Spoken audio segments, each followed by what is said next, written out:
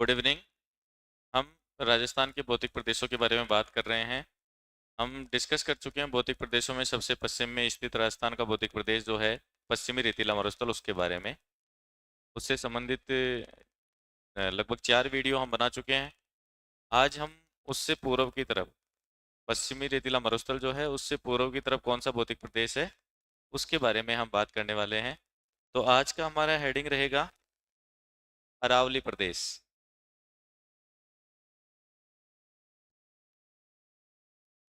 जो पश्चिमी रेतीला मरुस्थल है उसकी पूर्वी सीमा किसके द्वारा बनाई जाती है? अरावली प्रदेश के द्वारा बनाई जाती है। मैप से एक बार हम इसको समझेंगे।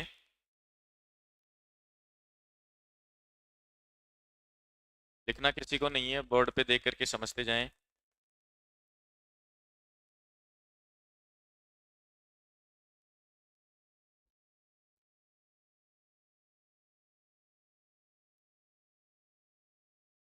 ये है हमारे सामने, मान लीजिए राजस्थान का मैप है।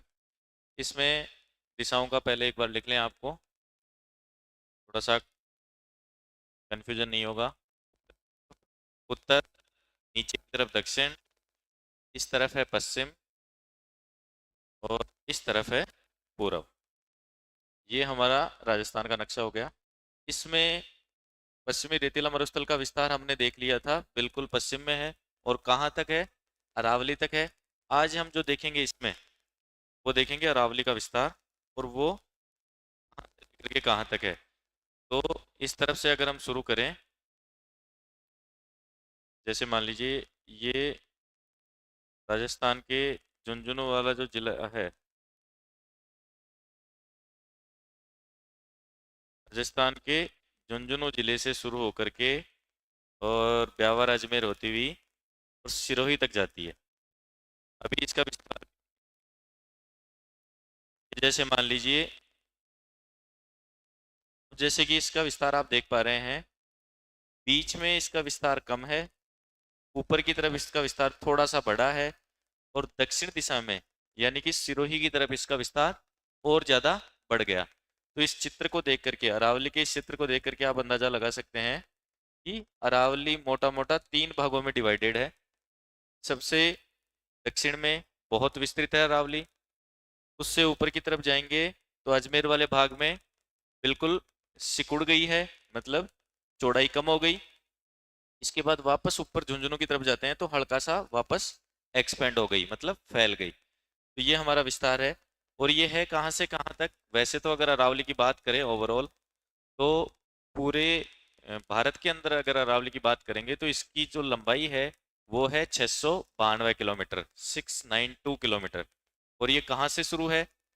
तो लगभग पालनपुर, पालनपुर भी नहीं तो हाँ, पालनपुर गुजरात का एरिया मान लीजिए।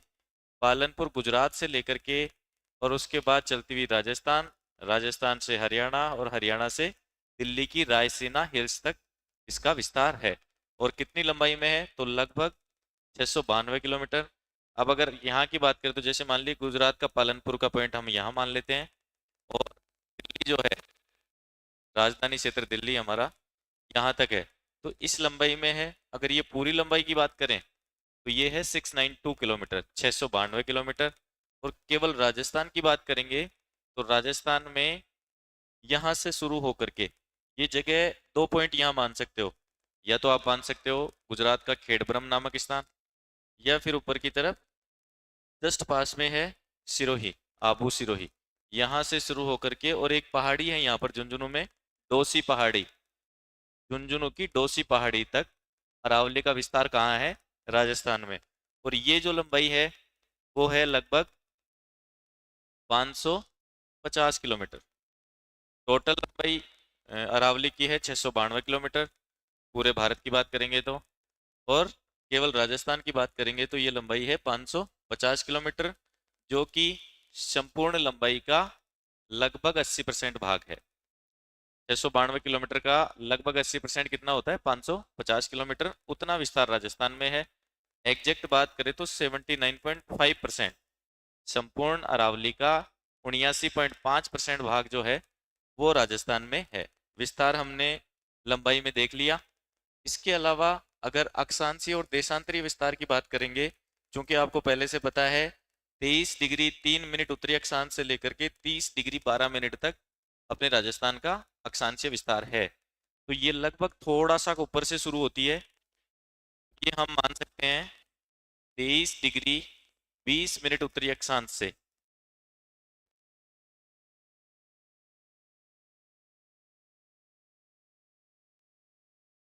23 डिग्री 20 मिनट उत्तरी अक्षांश से लगभग 28 डिग्री और 20 मिनट से बता दूं आपको, 23 डिग्री 20 मिनट उत्तरी अक्षांश से लेकर के 28 डिग्री 20 मिनट उत्तरी अक्षांश तक।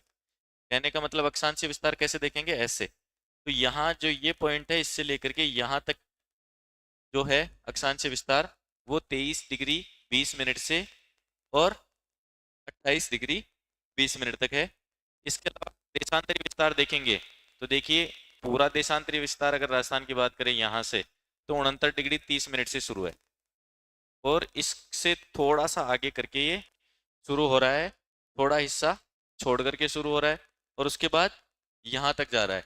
तो ये इसका देशांतरीय विस्तार है। अभी हम सबको लिखेंगे वन बाय वन, अभी हम चित्र से केवल समझा रहे हैं आपको। अगर मैप में बात करें, राजस्थान की मैप के हिसाब से हम देखें, ये देखिए आपके सामने। अब इसमें आप देखेंगे तो ये झुंझुनू वाला हिस्सा है इस तरफ, तो झुंझुनू, उसके बाद सीकर, डीडवाना कुचामन वाला भाग, अजमेर ब्यावर वाला भाग, पाली, जालौर, सिरोही, उदयपुर, राजसमंद वाला भाग। तो इस मैप में अगर बात करेंगे तो लगभग इसका विस्तार जो है अरावली का इस तरफ से है और इसका फैलाव भी ऐसे ही है, थोड़ा ऊपर नीचे। कुछ पहाड़ियां जालौर में भी मिलेंगी, पाली में भी हैं, इवन बालोतरा में जो 56 की पहाड़ियां हैं उनको भी अरावली का विस्तार ही माना जाता है। इसके अलावा इस तरफ जैसे ये डूंगरपुर वाला भाग है, इसमें भी कुछ है, सलूम्बर में भी है, लसाड़िया का पठार है। फिर ऊपर की तरफ चित्तौड़गढ़ में जाएंगे तो चित्तौड़गढ़ का पश्चिमी जो भाग है वहां पर भी कुछ पहाड़ियां पठार हैं, मेसा का पठार है, मानदेसरा का पठार है। भीलवाड़ा में भी है, जैसे बीजासन की पहाड़ी है। ऊपर अजमेर में बात करेंगे तो ब्यावर वाला जो भाग है, यहाँ पर टाटगढ़ की पहाड़ी। ऊपर की तरफ जाएंगे तो तारागढ़ की पहाड़ी, महाराज जी की पहाड़ी। फिर और ऊपर चलेंगे तो जयपुर में बहुत सारी पहाड़ियाँ, और जयपुर में भी यहाँ तक एक्सपेंड है।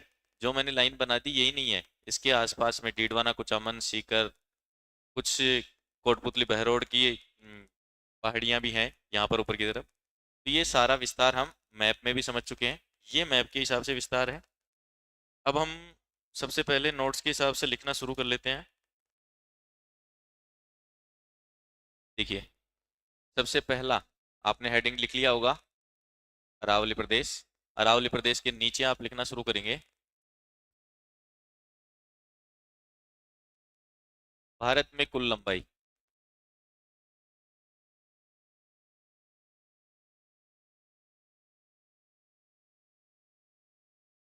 जैसा कि हमने अभी राजस्थान के मैप के की सहायता से समझा, भारत में कुल लंबाई कितनी है, तो 692 किलोमीटर है।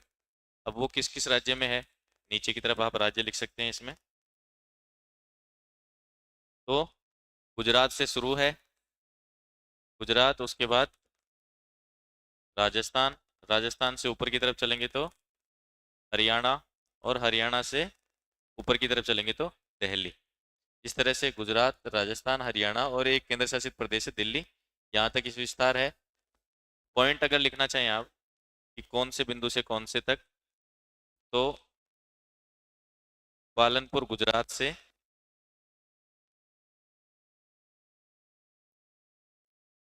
रायसीना हिल्स, अपना जो दिल्ली में राष्ट्रपति भवन है वहाँ है रायसीना हिल्स, तो वहाँ तक विस्तार है। रायसीना हिल्स ब्रैकेट में लिखेंगे दिल्ली तक। ये तो हो गया भारत में विस्तार। अगर इसी तरह से राजस्थान में देखें तो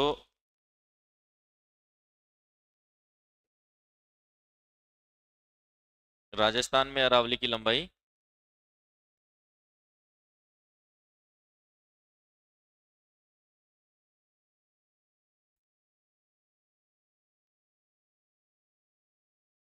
कितनी है? 550 किलोमीटर। और ये भारत की के अंदर जो संपूर्ण लंबाई है उसका कितना परसेंट है? तो नीचे लिख लेंगे अरावली की कुल लंबाई का, अगर एग्जैक्ट लिखना चाहें तो 79.5%, और लगभग आप लिखना चाहें तो 80% इसको लिख लें। तो संपूर्ण लंबाई का 79.5% कहाँ है? अरावली का भाग राजस्थान में। ये हो गया अरावली की लंबाई से संबंधित बिंदु। लिख लें एक बार, या थोड़ा सा पॉज करके लिख लेंगे बच्चे। नेक्स्ट। अब हम बात करेंगे अरावली का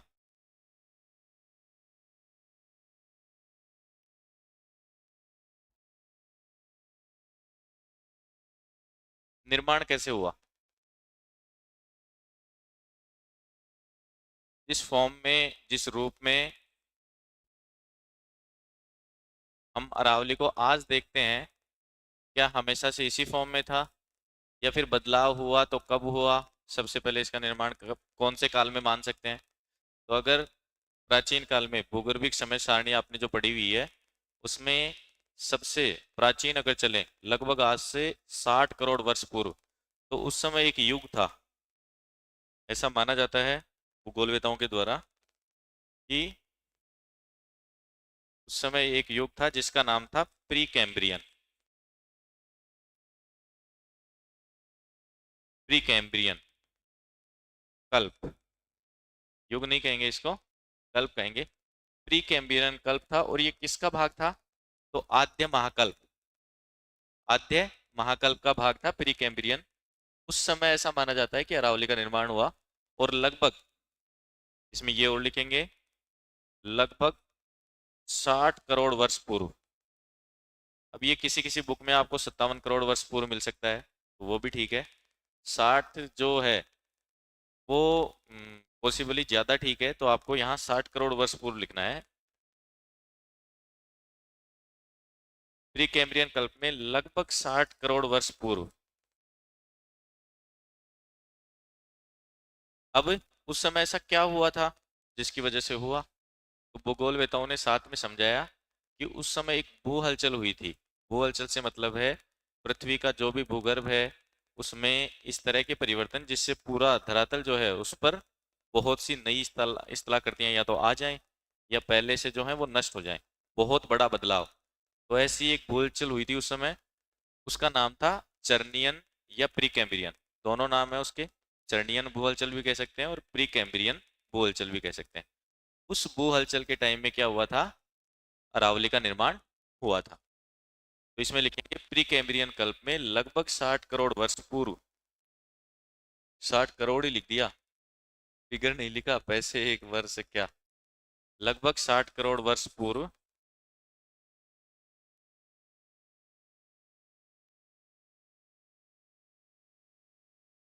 चर्नियन, या फिर इसको दूसरी भू हलचल क्या बोलते हैं? Pre Cambrian.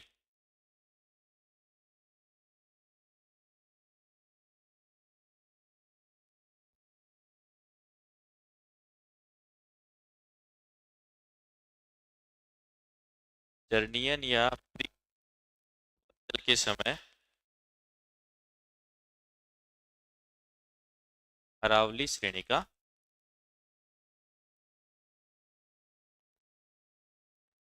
निर्माण हुआ।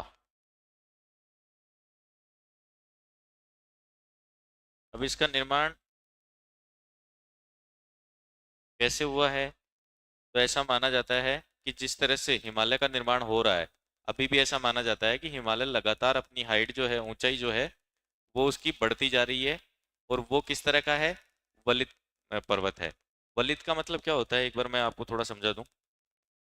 एक नया पेज ले लेते हैं। वलित में क्या होता है? जब आप इंडियन ज्योग्राफी या फिर वर्ल्ड ज्योग्राफी पढ़ेंगे पहले, तो उसमें आप देखेंगे कि जो हमारा पूरा संपूर्ण धरातल है पृथ्वी का, वो छोटी और बड़ी बहुत सारी प्लेटों में बटा हुआ है, जिनमें इंडियन प्लेट आप कह सकते हो, यूरेशियन प्लेट आप कह सकते हो, और अफ्रीकन प्लेट है, ऑस्ट्रेलियन प्लेट है, इंडो ऑस्ट्रेलियन, तो ये बहुत सारी प्लेटें हैं। उन प्लेटों में लगातार गति हो रही है एक निश्चित दिशा में, और वो गति इतनी धीरे है कि हम आंखों से नहीं देख सकते। कई सालों में वो कुछ सेंटीमीटर सरकती हैं। लेकिन अब वो क्या होता है, जैसे मान लीजिए इसका एक सिद्धांत है, प्लेट विवर्तन की थ्योरी, जब आप पढ़ेंगे उसमें विश्व भूगोल में तो और ज्यादा समझ जाएंगे।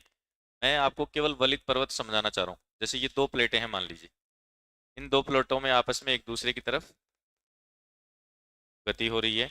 ये प्लेट मान लो नीचे की तरफ आ रही है और ये प्लेट ऊपर की तरफ जा रही है। तो इसमें से ज्यादा घनत्व, ज्यादा डेंसिटी वाली जो प्लेट होगी, घनत्व एक कंसेप्ट है, उसके पर सेंटीमीटर में जो अणुओं के कण होते हैं उनकी संख्या कितनी है, उसके हिसाब से डेंसिटी डिसाइड होती है। तो जिसका घनत्व ज्यादा होगा वो प्लेट नीचे सरक जाएगी। जैसे ये दोनों टकराएंगे ना, तो वो प्लेट नीचे सरकेगी, तो सेकंड वाली जो प्लेट है वो उसके ऊपर चढ़ जाएगी, और इसका जो हिस्सा ऊपर की तरफ चढ़ेगा इसको बोलते हैं वलित हिस्सा।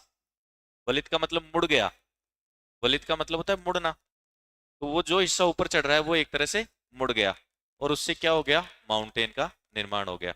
तो ऐसा माना जाता है कि जो अरावली है उसका निर्माण भी इसी तरह से हुआ था। अब इस कंसेप्ट को, प्लेट विवरण की थ्योरी, आप जब आप पढ़ेंगे नहीं, उसमें आप बहुत सारे भूगोलवेताओं के नाम भी पढ़ेंगे, उसके दौरान और थोड़ा अच्छे से आपको समझ में आ जाएगा। अभी तो इतना ध्यान रखना है कि अरावली जो है वो बहुत पुराना पर्वत है, पर्वत श्रेणी है। उसके अलावा वलित पर्वत श्रेणी है, और एक टर्म उसके साथ और जोड़ेंगे, अवशिष्ट भी है। अवशिष्ट का मतलब होता है जैसे हमारे पास आज कोई चीज बहुत ज्यादा है, हमने उसको काम लिया 1 साल 2 साल 3 साल, और उसके बाद वो खत्म हो गई, तो या खत्म हो गई या बहुत कम संख्या में रह गई, तो जो बचा हुआ भाग है उसको क्या बोलेंगे, अवशिष्ट। वैसे ही अरावली जिस समय उसका निर्माण हुआ था, तो कुछ भूगोलवेता ये मानते हैं कि लगभग उसकी हाइट जो थी वो लगभग 2700 से लेकर के 3000 मीटर तक थी। लेकिन आज अगर बात करें तो एवरेज जो हाइट है, कुछ जगह ज्यादा भी है, लेकिन अरावली की औसत ऊंचाई जो है वो केवल 930 मीटर रह गई, यानी कि कम हो गई। पहले से क्या हुआ है, कम हो गई। अब कम हो गई तो क्यों हो गई, क्योंकि उस पर पुरानी है, लगभग 60 करोड़ वर्ष पूर्व। 60 करोड़ बहुत होता है। उससे अब तक लगातार बारिश के पानी से उसमें कटाव हो रहा है, हवाएं भी कटाव करती हैं, हिमानी से भी कटाव हुआ होगा उस समय। बहुत से परिवर्तनों से गुजरी है अरावली पर्वत श्रेणी। तो जो भी भू हलचलें होती हैं, जो परिवर्तन होते हैं, उसके साथ अरावली की जो हाइट है, जो ऊंचाई है, वो धीरे धीरे कम होती गई, और आज वो एवरेज में, औसत में कितनी रही, केवल 930 मीटर। तो इसलिए हम इसमें लिखेंगे किस किस फॉर्म की है। अब तक हमने क्या लिख लिया, अरावली का निर्माण प्रीकैम्ब्रियन कल्प में माना जाता है। प्रीकैम्ब्रियन कल्प जो है वो आद्य महाकल्प का एक भाग है, लगभग 60 करोड़ वर्ष पूर्व। चरणीयन या प्रीकैम्ब्रियन एक भू हलचल हुई थी, जिसमें भू हलचल का मतलब मैंने आपको बता दिया, पृथ्वी में कोई ऐसा परिवर्तन जिससे चीजें एकदम से बदल जाती हैं। धरातल पे कुछ होता है तो नष्ट हो जाता है और नया कुछ उत्पन्न हो जाता है, तो वैसा परिवर्तन हुआ, और उस समय अरावली श्रेणी का जन्म हुआ या निर्माण हुआ। अब इसमें साथ के साथ हम विशेषता भी लिख लेंगे कि अरावली श्रेणी कैसी है। तो इसमें लिखेंगे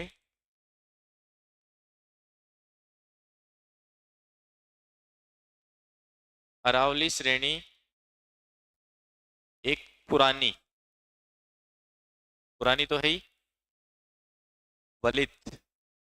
दूसरी विशेषता इसमें क्या है, ये वलित है, पुरानी, वलित व अवशिष्ट। मैंने आपको कहा पहले बहुत ज्यादा हाइट थी, बहुत ज्यादा से मतलब 3000 मीटर तक थी, लेकिन अब इसकी हाइट एकदम से 930 मीटर तक रह गई है। अवशिष्ट पर्वत श्रृंखला है, श्रृंखला से मतलब है बहुत सारे छोटे मोटे पर्वतों की श्रृंखला है ये। अरावली श्रेणी एक पुरानी वलित व अवशिष्ट पर्वत श्रृंखला है। इसके अलावा अरावली से जुड़ा हुआ फैक्ट एक और देख लें हम। अच्छा, इसका अक्षांशीय विस्तार और देशांतरीय विस्तार भी लिख रहे थे।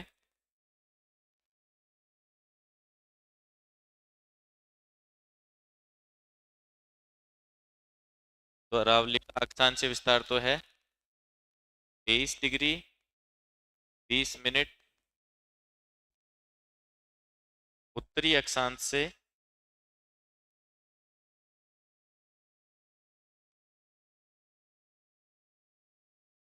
28 डिग्री 20 मिनट। देखिए मैंने पहले की वीडियो में समझा भी दिया था, 1 मिनट बराबर होते हैं, 1 डिग्री बराबर होते हैं 60 मिनट। 20 मिनट उत्तरी अक्षांश तक, 23 डिग्री 20 मिनट उत्तरी अक्षांश से 28 डिग्री 20 मिनट उत्तरी अक्षांश तक, और नीचे लिखेंगे देशांतरीय विस्तार।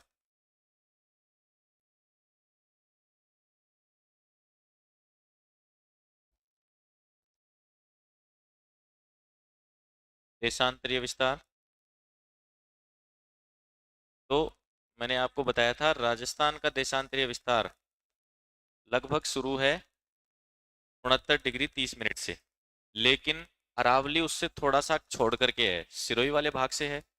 तो 69 के बाद 70 71 और 72, तो लगभग 72 डिग्री 10 मिनट पूर्वी देशांतर से इसकी शुरुआत होती है।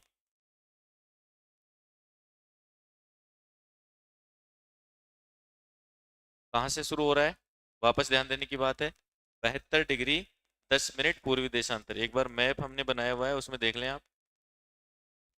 ये देखिए, राजस्थान के विस्तार से समझेंगे। राजस्थान का विस्तार है पूर्वी देशांतर में है। हमने पहले ही ये इसका विस्तार स्थिति जो राजस्थान की देखी थी उसमें देख लिया था कि राजस्थान भारत में है, और भारत कहाँ है विश्व के परिप्रेक्ष्य में, भारत उत्तरी और पूर्वी गोलार्ध में है। तो यहाँ पर अक्षांश आएगा उत्तरी और देशांतर आएंगे पूर्वी। तो 69 डिग्री 30 मिनट पूर्वी देशांतर से लेकर के, और जो है इस पर 17 मिनट। एक सेकंड होल्ड करेंगे, माइक में दिक्कत आ रही है।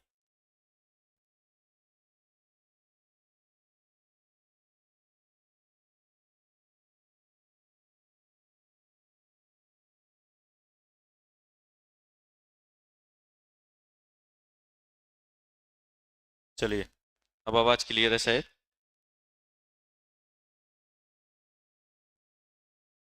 हम देख रहे थे 69 डिग्री 30 मिनट से 78 डिग्री 17 मिनट पूर्वी देशांतर। देशांतर के मामले में हम कहेंगे पूर्वी देशांतर, और अक्षांश के मामले में कहेंगे राजस्थान का विस्तार उत्तरी अक्षांश। तो इसमें देखिए 78 डिग्री 17 मिनट पूर्वी देशांतर, इस तरफ लिख लेंगे छोटा सा। ये तो है कुल राजस्थान का विस्तार। उसमें से अरावली की शुरुआत हमने लगभग यहाँ से मानी, तो जैसे मान लीजिए 70 डिग्री हो गया, फिर इसके बाद 71 डिग्री हो गया, और लगभग यहाँ से गुजरेगा 72 डिग्री सिरोही के पश्चिमी भाग के आसपास से। तो यहाँ से 72 डिग्री से 72 डिग्री और 10 मिनट पूर्वी देशांतर से लेकर के, और ये 78 से थोड़ा पहले, तो लगभग यहाँ मान लें, तो यहाँ तक आप मान सकते हो 77 डिग्री और 3 मिनट पूर्वी देशांतर तक। तो अरावली का विस्तार कहाँ से कहाँ तक हुआ, अक्षांश के मामले में देखें तो 23 डिग्री 20 मिनट उत्तरी अक्षांश से, और ऊपर की तरफ 28 डिग्री 20 मिनट उत्तरी अक्षांश तक, तो लगभग 5 अक्षांशों में विस्तार है। और अगर देशांतर की बात करें तो 72 डिग्री 10 मिनट पूर्वी देशांतर से 77 डिग्री 3 मिनट पूर्वी देशांतर तक विस्तार है। तो वहां लिख लेंगे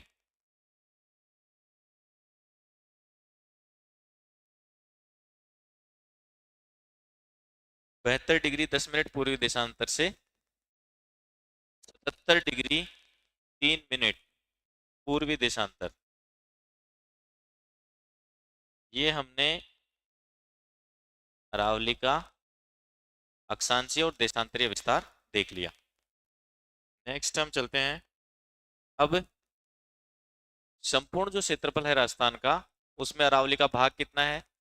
तो हमने जब भौतिक प्रदेशों से लेकर के क्लास शुरू करी थी ना, उसमें भी बात करी थी, दोबारा बात कर लेते हैं।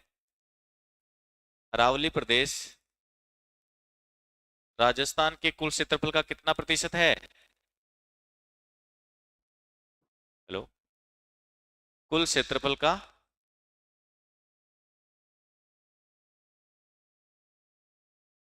9% है। राजस्थान का टोटल जितना क्षेत्रफल है 3,42,239 वर्ग किलोमीटर, उसका 9% किसका क्षेत्रफल रहेगा? अरावली प्रदेश। यानी कि संपूर्ण क्षेत्रफल में से 9% क्षेत्रफल में अरावली का विस्तार है। इसके अलावा इसमें जनसंख्या कितनी रहती है? तो राजस्थान की कुल जो जनसंख्या है 2011 की जनगणना के अनुसार 6.86 करोड़ है, उसका 10% भाग यहाँ पर रहता है। ध्यान में रखने वाली बात है, अरावली प्रदेश राजस्थान के कुल क्षेत्रफल का कितना है? 9% विस्तार, और जनसंख्या उसमें कितनी रहती है? 10%, यानी कि क्षेत्रफल से थोड़ा सा ज्यादा। अब इसके अलावा बिंदु आप ले सकते हैं अलग अरावली से संबंधित इंपॉर्टेंट। देखिए, हमने अक्षांशीय देशांतरीय विस्तार देखा, इसकी लंबाई देख ली, लंबाई भारत में भी देख ली, राजस्थान में देख ली। इसके अलावा अरावली प्रदेश में कुल क्षेत्रफल का 9% है और जनसंख्या 10% है। और इसका निर्माण कैसे हुआ है वो भी हमने देख लिया। अब इसके बारे में जो एक इंपॉर्टेंट बिंदु रह जाता है, तो इसका विस्तार।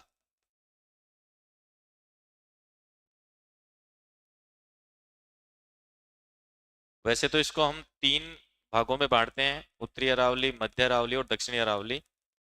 तो उसके बाद हम डिवाइड करके पढ़ सकते हैं, लेकिन एक साथ अगर आपसे पूछ लिया जाए कि मोटा मोटा अरावली का विस्तार कौन कौन से जिलों में, तो आप ऊपर से शुरू करके लिख सकते हैं।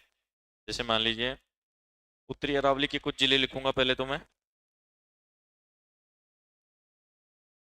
ठीक है, झुंझुनू है, झुंझुनू के अलावा सीकर, के अलावा जयपुर, जयपुर के अलावा दौसा, दौसा के अलावा जो नया जिला बना है जयपुर से कोटपुतली बहरोड के अलावा एक और नया जिला बना है खैरतल तिजारा, इसमें भी है। खैरतल तिजारा के अलावा अलवर में भी विस्तार है। तो ये लगभग उत्तरी अरावली के 1, 2, 3, 4, 5, 6, 8 जिले हैं जो उत्तरी अरावली का भाग है, और इनमें विस्तार है। मध्य अरावली में कौन कौन से जिले शामिल होते हैं? तो उसमें आप लिख सकते हो अजमेर, ब्यावर। इसके अलावा आ गया भाग लगभग दक्षिणी अरावली का। सबसे ज्यादा विस्तार हमने पहले ही बात कर ली कि अरावली का सर्वाधिक विस्तार इसके दक्षिणी भाग में ही है। और एक चीज और देखने की है, अरावली का विस्तार हमने देख लिया किस तरफ से किस तरफ है, तो मैप के माध्यम से हमने समझा था। जैसे मान लीजिए ये मैप है, इस मैप में ये नॉर्थ हो गई साइड, ये साउथ हो गई, ये वेस्ट हो गई, और ये ईस्ट साइड हो गई। इसमें हमने देखा था अरावली का विस्तार किस तरफ से किस तरफ है। तो जैसे मान लीजिए ये इस तरफ से इस तरफ है, अब इसको कौन सी साइड बोलेंगे? तो नॉर्थ और ईस्ट के बीच में इसको तो बोलेंगे उत्तर पूर्व। इन दोनों के बीच की जो दिशा है उसको बोलेंगे उत्तर पूर्व, और ये इस तरफ वेस्ट और साउथ के बीच में है तो इसको बोलेंगे दक्षिण पश्चिम। अब इसमें हम आराम से देख पा रहे हैं कि अरावली का विस्तार दो तरह से आप बता सकते हो। अरावली का विस्तार दो तरह से कैसे बता सकते हो?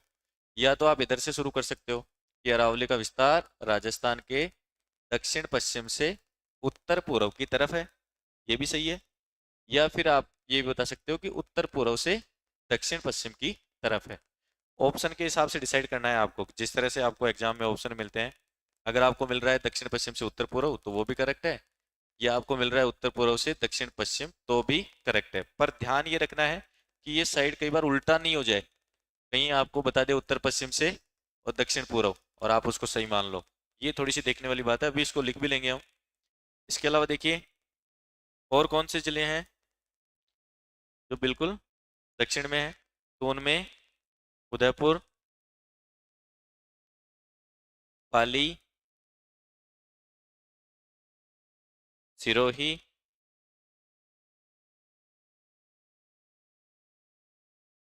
सिरोही के अलावा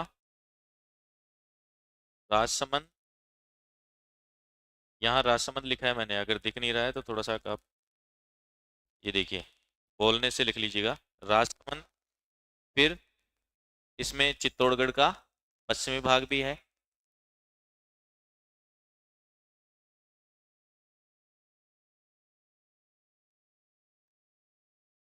चित्तौड़गढ़ का पश्चिमी भाग भी शामिल है। और देखेंगे तो पाली, पाली जिले में विस्तार है, जालौर में विस्तार है। अच्छा, ये कुछ जिले हैं जो आप देख रहे होंगे कॉमन। हमने पश्चिमी रतलम मरुस्थल पढ़ा था तो उसमें भी पाली के थोड़े से भाग की बात करी थी और जालौर भी उसमें शामिल था। तो यहाँ अरावली की पहाड़ियाँ भी हैं, इसलिए ये वहाँ भी काउंट होता है, वहाँ भी आता है और यहाँ भी आएगा। हम जो मरुस्थल वाले जिले पढ़ रहे थे ना, 15 जिले, उनमें पाली और जालौर का नाम था। तो कंफ्यूज नहीं होना है, यहाँ पर भी इनका नाम रखना है। इसके अलावा कुछ भाग इसका भीलवाड़ा में भी है और थोड़ा बहुत भाग आप कह सकते हो डूंगरपुर में भी है। ये मोटा मोटा। इसके अलावा ऐसा नहीं है कि एग्जैक्ट हमने बता दिए जिले, इनसे बाहर नहीं हो सकता विस्तार। कुछ एक जिलों में अरावली का विस्तार और है, पहाड़ियां और भी हैं, क्योंकि अरावली कोई एक सीधी रेखा में नहीं है, बहुत एक्सपेंड होकर के एक लाइन तो है, पहाड़ों की श्रृंखला तो है, लेकिन जैसे ये लंबाई है तो यहाँ भी पहाड़ियां मिल जाएंगी, यहाँ भी मिल जाएंगी, यहाँ भी है, यहाँ भी है। तो एक इस तरह की एक श्रृंखला बन रही है जिसमें फैल करके पहाड़ियां हैं। तो इसलिए ये विस्तार वाले जिले हमने लिख लिए। नीचे हम पॉइंट एक और लिखेंगे इसमें, कौन सा? तो अरावली का विस्तार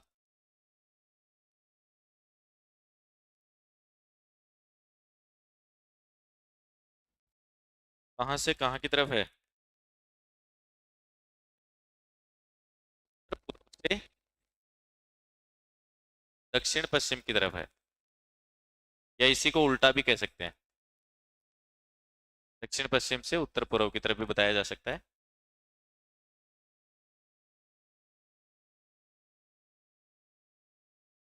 ये अरावली के विस्तार से संबंधित फैक्ट हो गया। और क्या हो सकता है?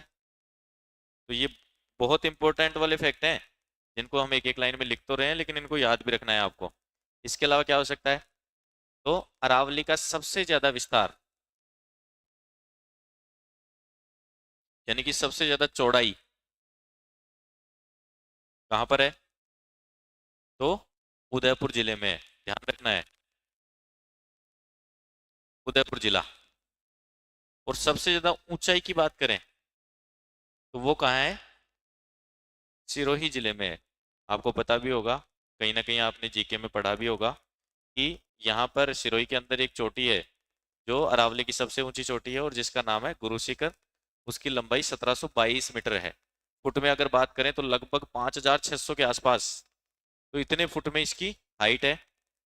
याद रखने वाली बात ये, थोड़ा सा कंफ्यूजन बच्चे कहीं नहीं हो, गुरु शिखर की हम ऊंचाई की बात कर रहे हैं, कुछ बुक्स में आपको हो सकता है 1727 मीटर मिले, लेकिन उसको नहीं मानना है, अपने को ऑथेंटिक मानना है 1722 मीटर।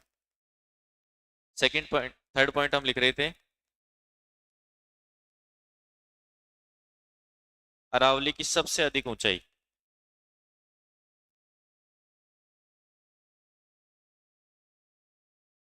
तो कौन से जिले में है?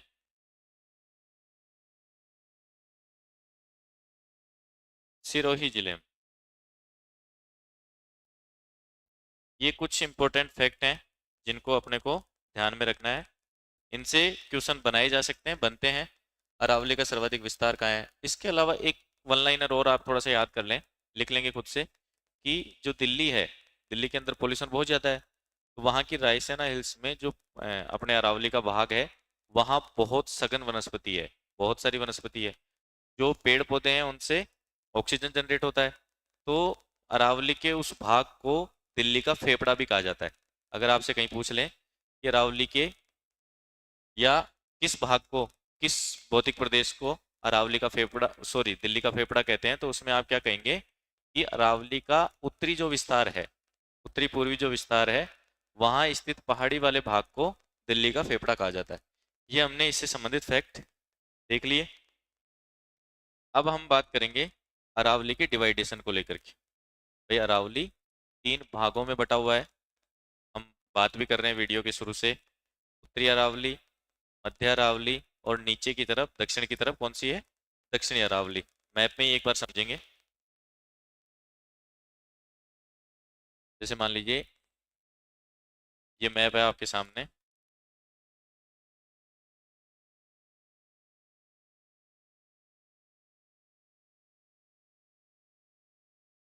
ये हमने राजस्थान का मैप बना लिया। इसमें हम देख रहे थे अरावली का विस्तार।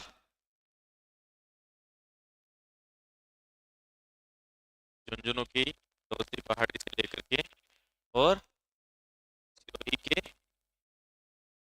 आबू वाले स्थान तक या खेड़ ब्रह्म गुजरात तक। शायद हमने जो विस्तार लिखा उसमें हमने ये चीज नहीं लिखी। देख लेता हूँ मैं एक बार नोट्सों में।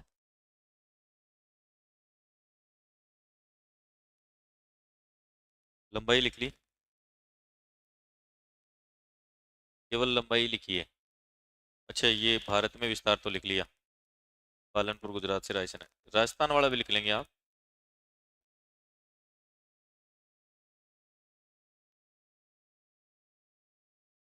यहाँ ऐड कर लें। राजस्थान में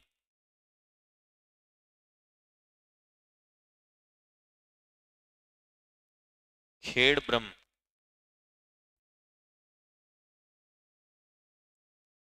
गुजरात, ये दोनों दो पॉइंट हैं जो पास पास स्थित हैं। गुजरात का खेड़ ब्रह्म या आबू सिरोही।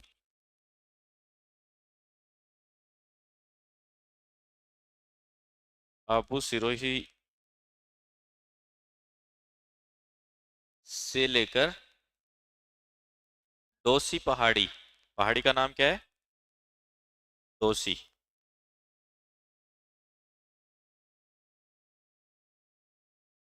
दोसी पहाड़ी झुंझुनू तक।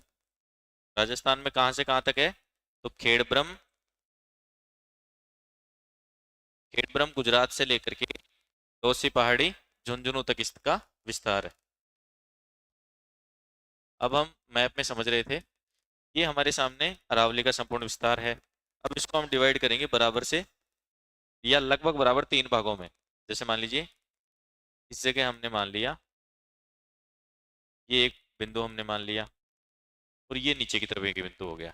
इसको बोल दिया पहला भाग, इसको दूसरा और ये तीसरा। इनके नाम क्या क्या है? तो सबसे ऊपर है, जैसे कि साइड के हिसाब से हम बता सकते हैं, उत्तरी अरावली, ये है मध्य अरावली, और सबसे नीचे की तरफ क्या है? तो दक्षिणी अरावली। जैसे यहीं पर आप इस तरह से पॉइंट करके लिख लें। अब उसमें मैं तो इस हिसाब से करवा रहा हूँ, आप जिसमें कंफर्टेबल हो, जैसे आपको अच्छा लगे आपका नोट्स बनाने का तरीका, अपने हिसाब से। देखो सबकी अपनी अपनी क्रिएटिविटी होती है।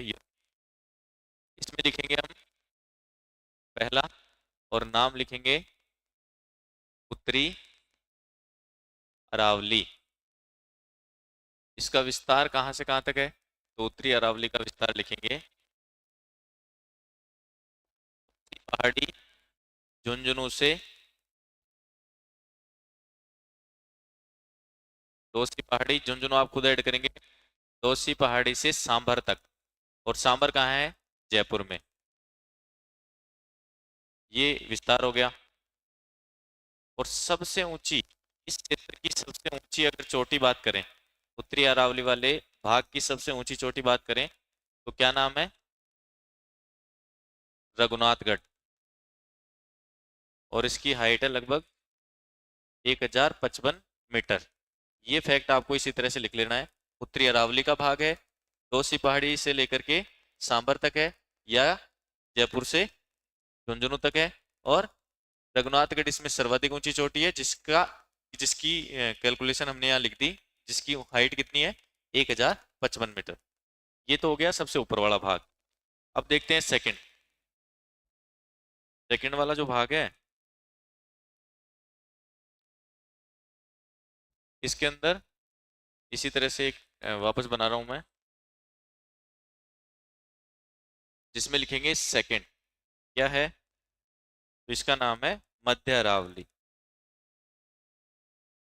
ये भाग क्या कहलाता है?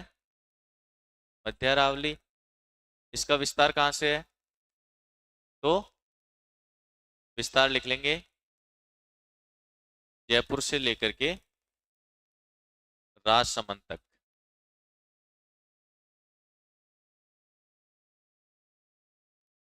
जयपुर से राजसमंद तक। और सबसे ऊंची चोटी इस मध्य भाग की कौन सी है? तो इसके अंदर अजमेर और ब्यावर जिले आते हैं, और ब्यावर के अंदर एक चोटी है जिसका नाम है टाटगढ़ चोटी। ये सर्वाधिक ऊंची चोटी है जिसकी लगभग हाइट है 934 मीटर। अगर दिख नहीं रहा है तो आप मेरे बोलने से लिख लेंगे। टाटगढ़ नामक चोटी जो है वो मध्य अरावली की सबसे ऊंची चोटी है और जिसकी हाइट है 934 मीटर। पहले क्या था इसमें कंफ्यूजन कि टाटगढ़ चोटी की जगह हम जनरली मध्य अरावली में पढ़ते थे तारागढ़ चोटी, और वो लगभग कितनी है 933 मीटर, यानी कि टाटगढ़ से कम है। तो अब अगर आपसे पूछा जाए, कंपटीशन में पूछा जाए, कहीं क्वेश्चन आ जाए, तो आपको मध्य अरावली की सबसे ऊंची चोटी टाटगढ़ चोटी ही बतानी है, जो कि नया जिला बनने के बाद किस में आ गई, ब्यावर में आ गई। इनके बारे में हम और भी पढ़ेंगे, बिल्कुल डिटेल में पढ़ेंगे, उत्तरी मध्य दक्षिणी अरावली, लेकिन अभी तो पॉइंट बनाने के हिसाब से हम लिख रहे हैं। और सबसे लास्ट नंबर थर्ड पे जो है वो है दक्षिणी अरावली, सबसे ज्यादा जिसमें अरावली का विस्तार है। अब उसमें बिंदु लिखेंगे तो नाम तो क्या है वापस, और नाम है दक्षिणी अरावली, विस्तार है, विस्तार में हम देखेंगे सिरोही से राजसमंद तक।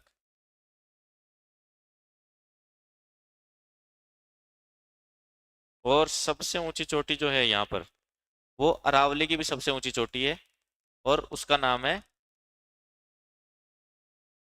गुरु शिखर।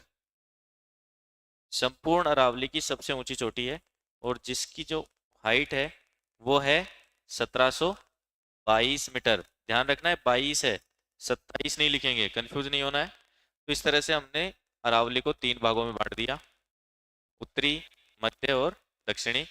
तीनों के बारे में हमने शॉर्ट में थोड़ा सा समझने के हिसाब से देख लिया।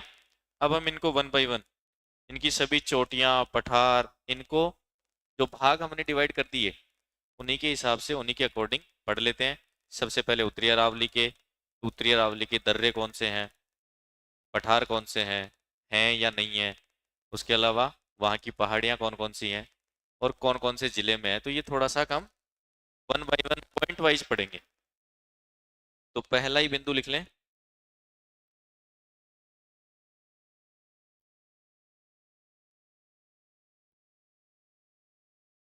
उत्तरी अरावली। अरावली के जो तीन भाग थे उनमें से पहला है उत्तरी अरावली। ऊपर आप हेडिंग लिख सकते हैं, अरावली के तीन भाग। इनको तीन भागों में, संपूर्ण अरावली को तीन बराबर भागों में बांट करके हम पढ़ने की प्रयास करेंगे। उसमें से सबसे पहला है उत्तरी अरावली। अभी हम देख ही रहे थे विस्तार उसमें। तो पहला बिंदु इसमें क्या लिखेंगे, उत्तरी अरावली कहां से कहां तक है, तो झुंझुनू से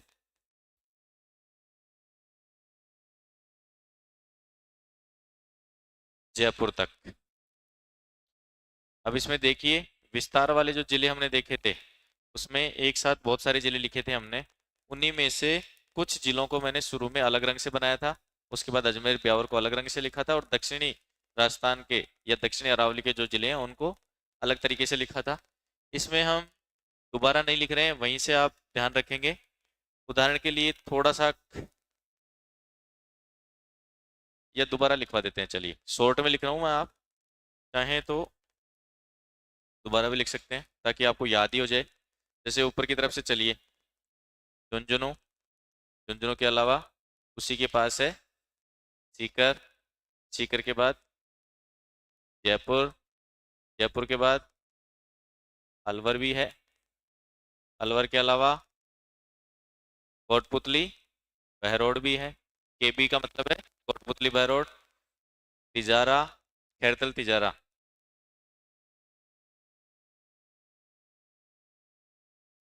केटी भी लिख लेंगे, खैरतल तिजारा। खैरतल तिजारा के अलावा कुछ और जिले इसमें रह गए, नए जिले दोनों आ गए, कोटपुतली बहरोड, खैरतल तिजारा, अलवर। एक जिला रह गया दौसा, दौसा के अलावा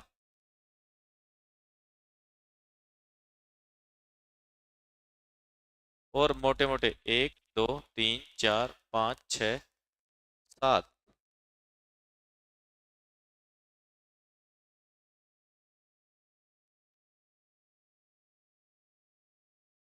ये जिले हो गए जिनमें उत्तरी अरावली का विस्तार है।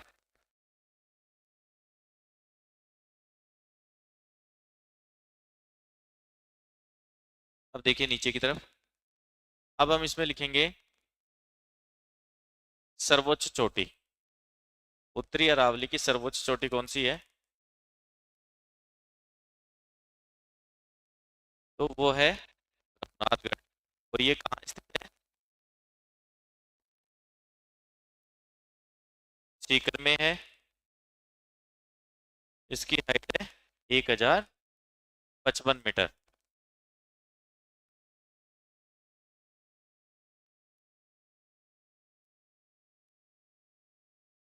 ये सर्वोच्च चोटी है रघुनाथगढ़, सीकर में।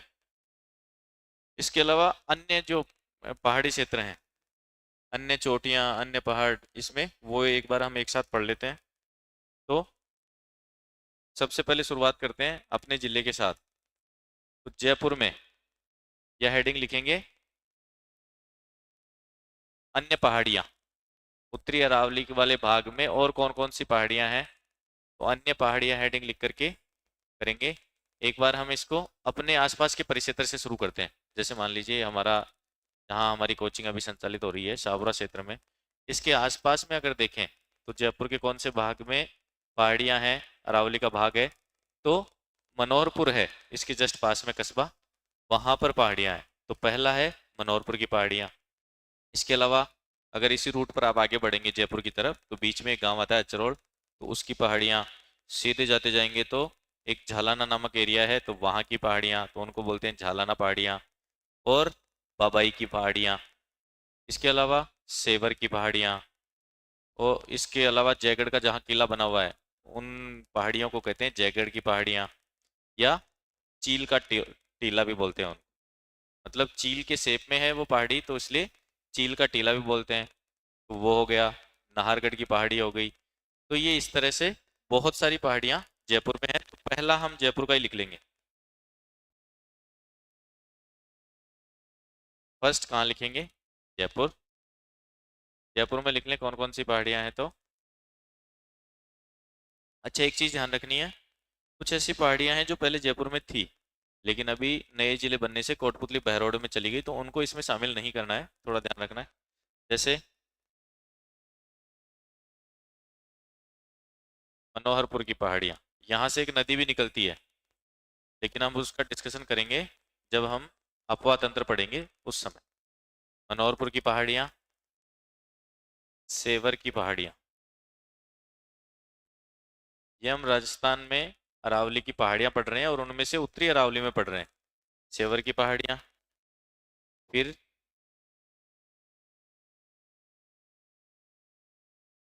अचरोल की पहाड़ी,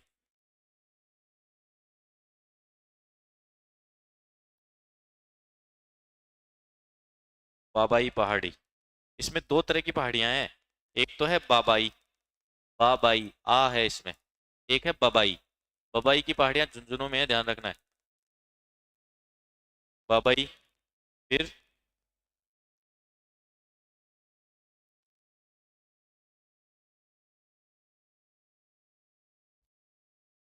अलावा लिख सकते हैं नाहरगढ़ की पहाड़ियाँ, जयगढ़ या चील का टीला। इसको चिल्ल का टीला भी बोल देते हैं, पर वो भाषा में बदलाव के साथ हो गया, चिल्ल का टीला नहीं है, चील का टीला है वो। जयगढ़ का टीला हो गया। तो ये महत्वपूर्ण पहाड़ियां हैं जो कहाँ हैं? जयपुर वाले भाग में। अब हम देखेंगे सेकंड, तो झुंझुनू में, झुंझुनू वाले भाग में कौन कौन सी पहाड़ियां हैं? तो एक तो पहाड़ी है भोजगढ़, झुंझुनू के अंदर भोजगढ़ की पहाड़ी है। एक जहाँ पर तांबा बहुत ज्यादा निकाला जाता है, तांबे की खान है जहाँ पर, ये खेतड़ी की पहाड़ियाँ। और इसके अलावा एक इम्पोर्टेंट पहाड़ी हम बात कर चुके हैं, बबाई। और भी छोटी मोटी पहाड़ियाँ हैं, लेकिन हम सबको नहीं लिखेंगे और ना पॉसिबल है उनको सबको लिख करके याद करना, बहुत ज़्यादा बर्डन हो जाएगा। तो जो इम्पोर्टेंट पहाड़ियाँ हैं वो हम ले रहे हैं। झुंझुनू में भोजगढ़, खेतड़ी, बबाई। जयपुर में मनोरपीर की पहाड़ियाँ, सेवर की पहाड़ियाँ, सेवर से भी एक नदी निकलती है, अचरोल की पहाड़ी, बबाई, नाहरगढ़, जयगढ़। ये इम्पोर्टेंट दोनों जिलों से हो गई। इसके अलावा नेक्स्ट ले लेते हैं सीकर। सीकर से कौन कौन सी पहाड़ियाँ हैं? तो सीकर में एक तो है हर्ष की पहाड़ी। ये दो पहाड़ियाँ हैं, एक तो है हर्ष की पहाड़ी, एक है हर्षनाथ की पहाड़ी। दोनों में अंतर है। हर्षनाथ की पहाड़ी है अलवर में और हर्ष की पहाड़ियाँ हैं सीकर में। तो हर्ष की पहाड़ी, इसके अलावा खंडेला, खंडेला में पहाड़ी है वो। इसके अलावा और कह सकते हैं आप सीकर में मालखेत की पहाड़ियाँ हैं। मालखेत की पहाड़ियों के अलावा एक रघुनाथगढ़ हम पढ़ ही रहे थे, जो सबसे ऊंची चोटी भी है उत्तरी अरावली की। इसके अलावा जो कातली का बेसिन क्षेत्र है, जहाँ कातली का बहाव होता है, उसी का नाम है तोरावाटी। तो ये कुछ महत्वपूर्ण पहाड़ियाँ हैं जो सीकर में हैं। इसके अलावा अगला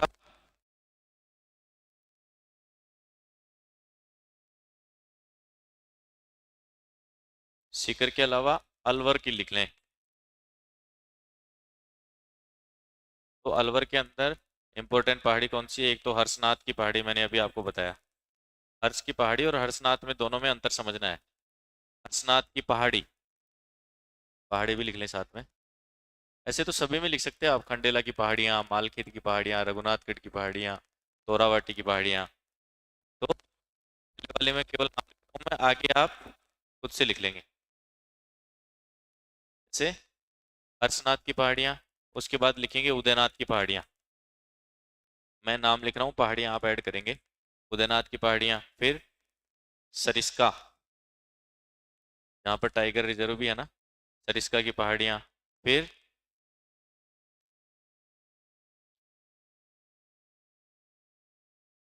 टंकी की पहाड़ियाँ,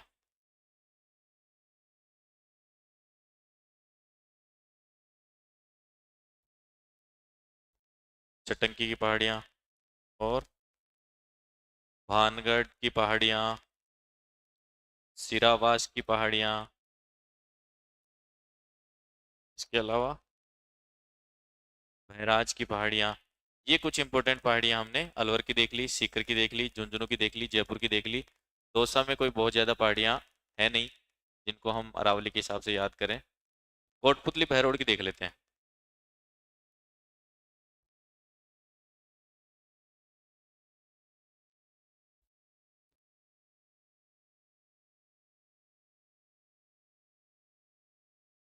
कोटपुतली बहरोड, ये इंपॉर्टेंट पहाड़ियाँ याद भी रखनी है आपको। ये मैं इसलिए लिखा रहा हूँ आपको, क्योंकि बेसिकली क्या होता है, कई बार एग्जाम में क्या करते हैं, आपको एक तरफ पहाड़ियाँ दे दी और एक तरफ उनके जिले जहाँ ये पाई जाती हैं, और मैच करने का आ जाता है। तो थोड़ा सा याद रखना है इनको। कोटपुतली बहरोड में कौन कौन सी हैं? तो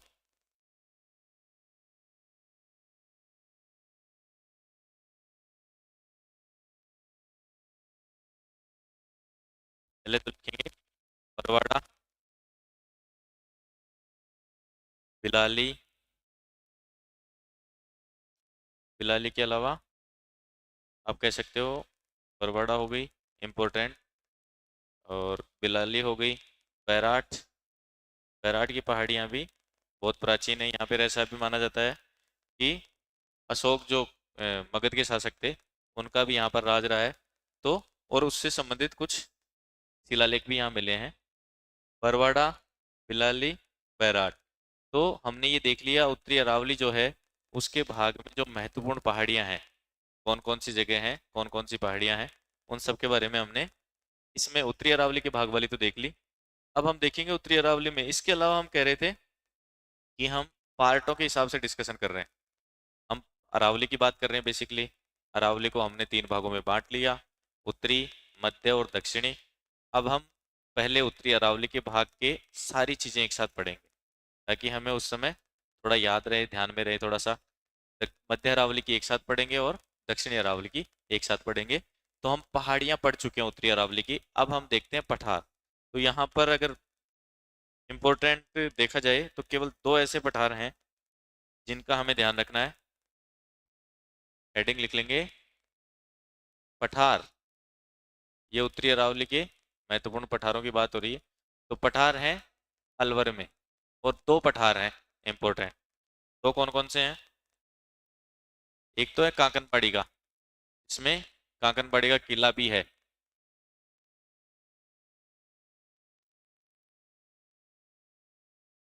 कांकनपाड़ी का पठार। और दूसरा इसी में कौन सा है? क्रास्का का पठार। ये दो पठार इम्पोर्टेंट उत्तरी अरावली में है। एक है कांकनबाड़ी का और एक है क्रास्का का पठार। कांकनबाड़ी का पठार जो है, इस पर किला भी है, जिसको कांकनबाड़ी का किला कहते हैं। ये पठार वाला हो गया। दर्रे इस वाले भाग में है नहीं। दर्रे मैक्सिमम हमें कहाँ मिलेंगे? तो दर्रे हमें मिलेंगे दक्षिणी अरावली वाले भाग में, और थोड़े बहुत दर्रे ब्यावर जो जिला है, मध्य अरावली का भाग है, उसमें भी कुछ दर्रे हमको मिलेंगे। तो इसमें अब इम्पोर्टेंट कौन सी बात रह गई? पठार हमने देख लिया, पहाड़ियाँ हमने देख ली, दर्रे इसमें है नहीं। विस्तार हमने देख लिया इसका, कहाँ से कहाँ तक है, सबसे ऊंची चोटी देख ली। हम नेक्स्ट जो पार्ट है उसकी तरफ चलते हैं। और नेक्स्ट पार्ट क्या है? मध्य अरावली। हम चूंकि पार्ट के हिसाब से इसका अध्ययन कर रहे हैं, तो सेकंड पार्ट की तरफ चलेंगे, और वो है मध्य अरावली। अच्छा, इसमें एक चीज छोटी सी और आप ऐड कर सकते हो ऊपर वाले में। इसमें आप लिख सकते हो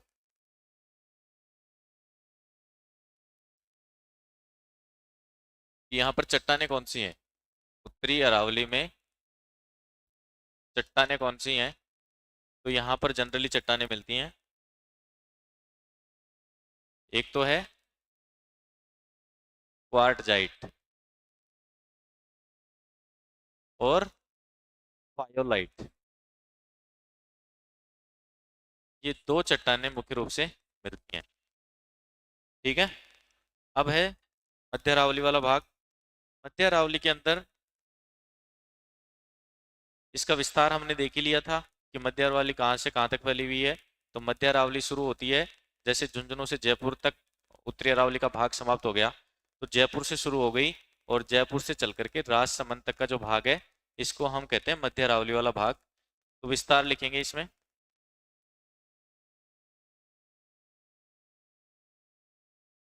विस्तार के अंदर लिखेंगे जयपुर से लेकर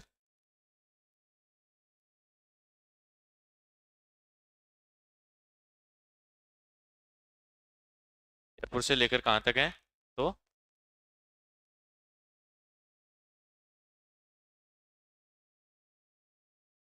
राजसमंद तक इसका विस्तार है। सेकंड पॉइंट लिखेंगे यहाँ की सबसे ऊंची चोटी कौन सी है। तो मैंने आपको बताया था कि अगर हाइट वाइज देखें या विस्तार के हिसाब से देखें, तो अरावली का सबसे सबसे कम ऊंचाई और सबसे कम विस्तार कहाँ पर है? तो मध्य अरावली में ही है। तो यहाँ बिंदु लिख लेंगे, ये पॉइंट ही लिख लेंगे साथ में। अरावली का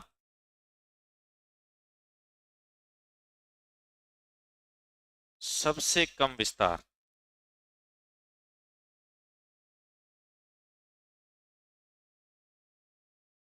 वह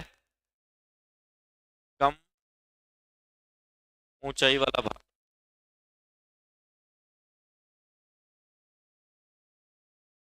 कौन सा है? तो मध्य अरावली का भाग है।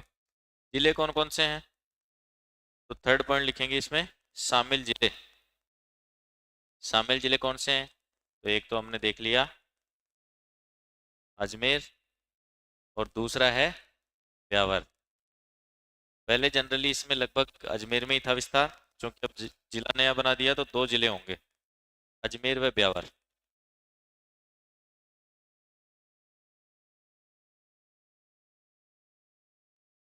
अजमेर व ब्यावर, ये दो जिले हैं।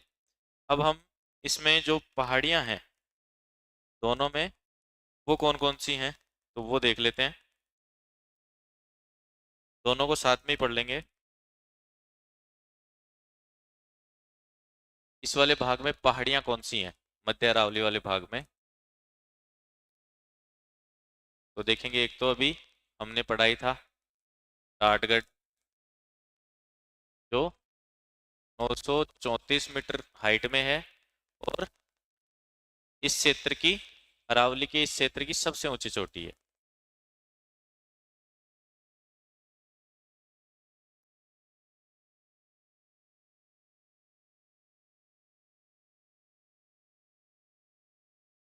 सबसे ऊंची चोटी है। इस टाटगढ़ के अलावा एक है माराई जी, फिर है तारागढ़। इसमें तारागढ़ वाली जो चोटी है वो अजमेर में है, और टाटगढ़ और माराई जी वाली चोटी है, ये दोनों पास पास हैं।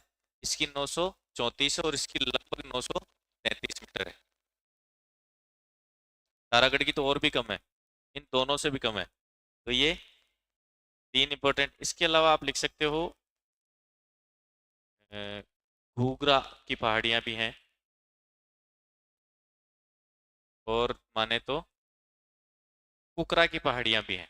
ये कुकरा की पहाड़ियां क्या हैं, इनके बारे में एक पॉइंट है, इनके बारे में बिंदु ये है कि ये कुकरा की पहाड़ियां अजमेर वाला जो भाग है, अजमेर मेरवाड़ा का, पहले इसका नाम जब अपने स्वतंत्रता हमें मिली थी, राजस्थान का एकीकरण चल रहा था, तब आपने देखा भी होगा कि 1 नवंबर 1956 को जब अजमेर मेरवाड़ा का विस्तार हुआ था, विस्तार से मतलब हम, राजस्थान का विस्तार हुआ और अजमेर मेरवाड़ा को राजस्थान में जोड़ दिया गया, तो उस समय तक इसका नाम मेरवाड़ा था। तो मेरवाड़ा को किससे जोड़ती है ये, मेवाड़ से।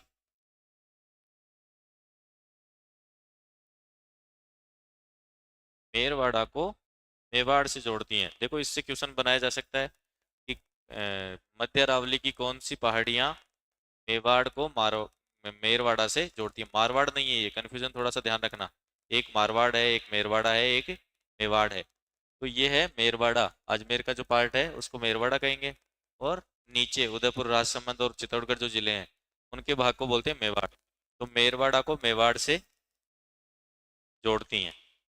अब जोड़ती किसको है, तो पहाड़ियों को ही जोड़ती हैं। यहाँ की जो पहाड़ियां हैं उनका विस्तार, अजमेर की पहाड़ियों का विस्तार लास्ट में जाकर के मेवाड़ की तरफ हो रहा है, और वहां पर जो पहाड़ियां स्थित हैं उनको बोलते हैं कुकरा की पहाड़ियां। तो इस तरह से देखिए, महाराज जी, तारागढ़, टाटगढ़, घूघरा, कुकरा की पहाड़ियां, ये कुछ इंपॉर्टेंट पहाड़ियां थी जो अजमेर वाले भाग में है।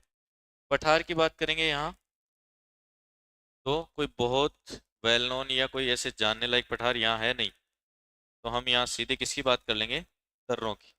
दर्रे हैं कुछ इंपॉर्टेंट। अच्छा, दर्रे क्या होते हैं बता दूं आपको, अगर दर्रों का पॉइंट चला है तो दर्रों के बारे में समझा देता हूँ। बेसिकली क्या है, जो अरावली वाले भाग है ना, वहाँ पे एक श्रृंखला में पहाड़ियाँ हैं, एक लाइन में पहाड़ियाँ हैं। तो होता क्या है, जैसे मान लीजिए दो पहाड़ियाँ हैं, ये इस तरह से पहाड़ियाँ चलती हुई जा रही हैं, ये एक लंबी श्रृंखला है। तो कई बार क्या होता है, एक जगह से दूसरी जगह जाने के लिए जो दो पहाड़ियाँ होती है उनके बीच का जो स्थान होता है नीचा, जहाँ से सड़क या मार्ग बनाया जा सकता है, तो ये जो स्थान है एक तरफ से दूसरी तरफ जाने वाला, इसको ही क्या नाम दे देते हैं, दर्रा। तो आप समझ गए ना कि मध्य अरावली के अंदर पहाड़ियों के बीच के वे भाग जिनसे जाने के लिए उनको, उनका इस्तेमाल एक जगह से या एक स्थान से दूसरे स्थान पर जाने के लिए हम करते हैं। वहाँ पर सड़क हो सकती है, रेलवे लाइन हो सकती है, या कोई कच्चा रास्ता हो सकता है, तो उनको कहते हैं दर्रे। दर्रे यहाँ अजमेर वाले भाग में इतने नहीं है, ब्यावर में है। तो ब्यावर में कौन कौन से हैं, इनको हम लास्ट में, क्लास के एंड में मैप के हिसाब से समझेंगे, या अभी एक बार देखना चाहिए तो आपको मैं मैप के हिसाब से, जो मैप अपने यहाँ बना हुआ है उसमें बता देते हैं। ये देखिए, ये जो जिला है ये यहाँ पर ब्यावर है, तो इससे साइड में निकाल करके बता देता हूँ मैं। यहाँ पर वो है, एक तो सुरा घाट। अच्छा, इनमें अरावली में जनरली जो दर्रे हैं ना, उनको या तो बोलते हैं घाट, या इनको क्या बोलते हैं, जैसे गोमती घाट भी है, देबर दर्रा भी है, दर्रा भी बोल देते हैं, घाट भी बोलते हैं, और इसके अलावा नाल भी बोलते हैं, फुलवारी की नाल, केवड़ा की नाल, जिलवा की नाल, ये सब हम पढ़ेंगे एक बार। तो सुरा घाट, शिवपुरा घाट, परवारिया दर्रा, बर दर्रा और पीपली दर्रा, ये कुछ इंपॉर्टेंट दर्रे हैं जो ब्यावर के अंदर हैं। अब हम जहां पर लिख रहे हैं वहीं पर चलते हैं, उसी पेज पर। यहाँ ब्यावर में दर्रे लिख लीजिए, कौन कौन से हैं। तो अभी हमने नाम लिखा, एक तो हो गया सुरा घाट, एक हो गया परवारिया दर्रा, परवारिया के बाद में शिवपुरा घाट,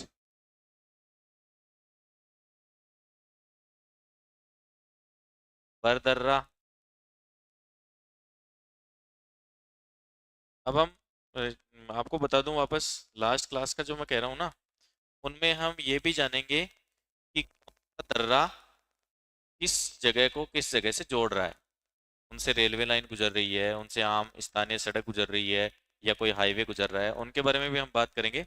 अभी केवल हम डिवाइडेशन करके दर्रों को एक बार अरावली के भागों के साथ लिख रहे हैं केवल। दर्रों के बारे में लास्ट में एंड ऑफ द क्लास थोड़ा सा और वर्णन के रूप में बात करेंगे। शिवपुरा घाट, बरदर्रा और पीपली दर्रा, ये इंपॉर्टेंट दर्रे हैं जो मध्य अरावली वाले भाग में हैं। इसके अलावा चट्टानें कौन सी हैं। तो यहाँ पर सामान्यतः ऐसा नहीं है कि जो चट्टानें यहाँ बताई जा रही हैं केवल वही चट्टानें वहाँ होंगी, लेकिन सामान्यतः कौन सी चट्टानें हैं यहाँ पर। तो यहाँ पर चट्टानें हैं संगमरमर,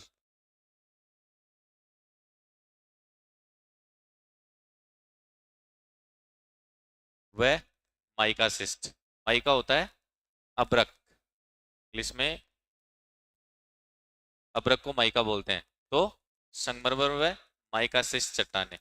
अच्छा, चट्टानों के बारे में थोड़ा सा हमने अरावली के बारे में थोड़ा जान ही लेते हैं। यहाँ पर जो चट्टानें हैं अरावली के अंदर, हम विश्व के भाग में या भारत के भाग में जरूर से इस चीज़ को पढ़ेंगे। जब सर आपको पढ़ाएंगे उस समय बताएंगे कि जो चट्टानें होती हैं वो किस किस डिवाइडेशन में होती हैं। तो उनमें होती हैं, प्राचीन जो चट्टानें हैं उनमें होती हैं आर्कियन क्रम की चट्टानें और धारवाड़ क्रम की चट्टानें। तो ये दो क्रम की चट्टानें अरावली में हैं, आर्कियन क्रम की और धारवाड़ क्रम की। इसके अलावा दहली महासमूह की चट्टानें भी हैं, और दहली महासमूह में तीन आते हैं, लिख लेंगे यहाँ पर। एक ये इस तरह का नोट बना करके लिख लेंगे, बीच में लिखना चाहें तो, ताकि वो थोड़ा सा अलग दिखे अपने को, बाकी सारे नोट से थोड़ा अलग हो जाए। थोड़ी इंपॉर्टेंट चीज़ें जो हैं फैक्चुअल, उनको इसी तरह से लिखना ज़्यादा बेटर है। तो अरावली में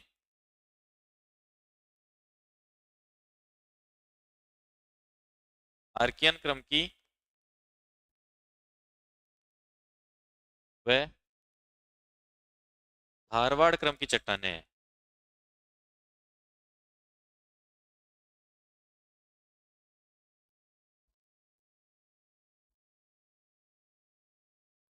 चट्टानें हैं। इसके अलावा यहाँ की चट्टानों में, उनमें दहली महासमूह की चट्टानें भी हैं। और देहरी महासमूह में तीन भाग होते हैं। तीन कौन कौन से हैं यहीं पर लिख लें, उनके तीन भाग यहाँ हैं। तो पहला है अजबगढ़ समूह, सेकंड यहाँ पर है अलवर समूह, और थर्ड है रायलो समूह। इसको थोड़ा सा लिख लेंगे हम, ये फैक्ट हैं एक तरह से। तो ये अरावली में आर्कियन क्रम की व धारवाड़ क्रम की चट्टानें हैं। चट्टानों में देहली महासमूह है, और उनको तीन तरह से हम डिवाइड करके ये तीन समूह यहाँ अरावली में है, जिनमें से एक है अजबगढ़, दूसरा है अलवर और तीसरा रायलो समूह। तो हम मध्य अरावली तक बात कर चुके हैं। नेक्स्ट हम चलते हैं थर्ड इसका जो पार्ट है जहाँ सबसे ज्यादा वनस्पति है, सबसे ज्यादा वर्षा होती है, सर्वाधिक जैव विविधता वाला क्षेत्र है, और वो है दक्षिण अरावली। अब ये जो दक्षिण अरावली है ना, इसको दो भागों में डिवाइड करा हुआ है। दो भाग कौन कौन से? तो एक तो है जो सिराही और पाली वाला एरिया है, उसको तो हम कह देते हैं आबू अरावली। एक तो है सिरोही और पाली का एरिया जिसको कहते हैं हम आबू अरावली, और एक है जो अ, उदयपुर और उसके अलावा जो बाकी जिले हैं, राजसमंद, चित्तौड़गढ़ और ये जिले, तो वहाँ विस्तार है, उसको कहते हैं मेवाड़ अरावली।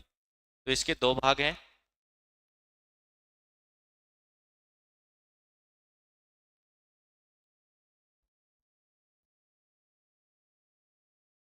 दो भाग कौन कौन से हैं? तो एक तो है आबू अरावली,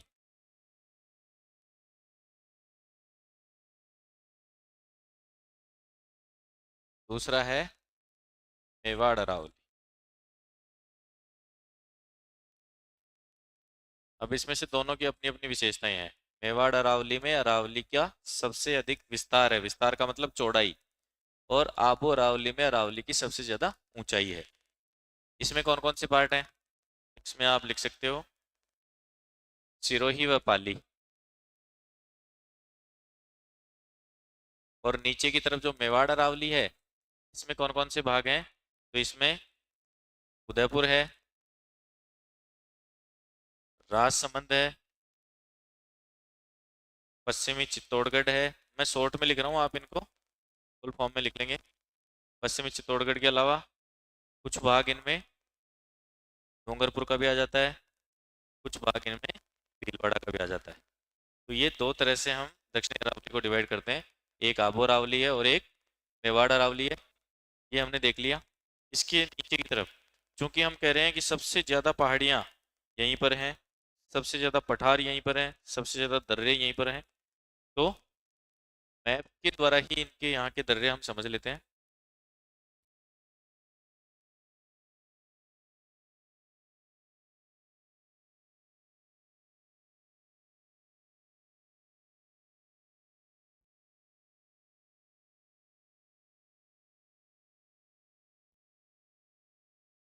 जैसे मान लीजिए ये अपने राजस्थान का एरिया हो गया। इसमें मैं बात कर रहा था उदयपुर की, मैं बात कर रहा हूँ राजसमंद की, मैं बात कर रहा हूँ इस तरफ चलेंगे तो सिरोही की, कुछ भाग यहाँ पाली का भी। इसके अलावा मैं इनको थोड़ा सा मोटा इसलिए दिखा रहा हूँ कि हम इनसे, इनमें जो पहाड़ियाँ हैं उनके बारे में एक बार बात करेंगे। इसके अलावा नीचे की तरफ आए तो अभी एक बार, अच्छा ये जो भाग है इसमें है लगभग चित्तौड़गढ़ का जो टुकड़ों में है। तो ये अब इनमें देखते हैं कि सबसे पहले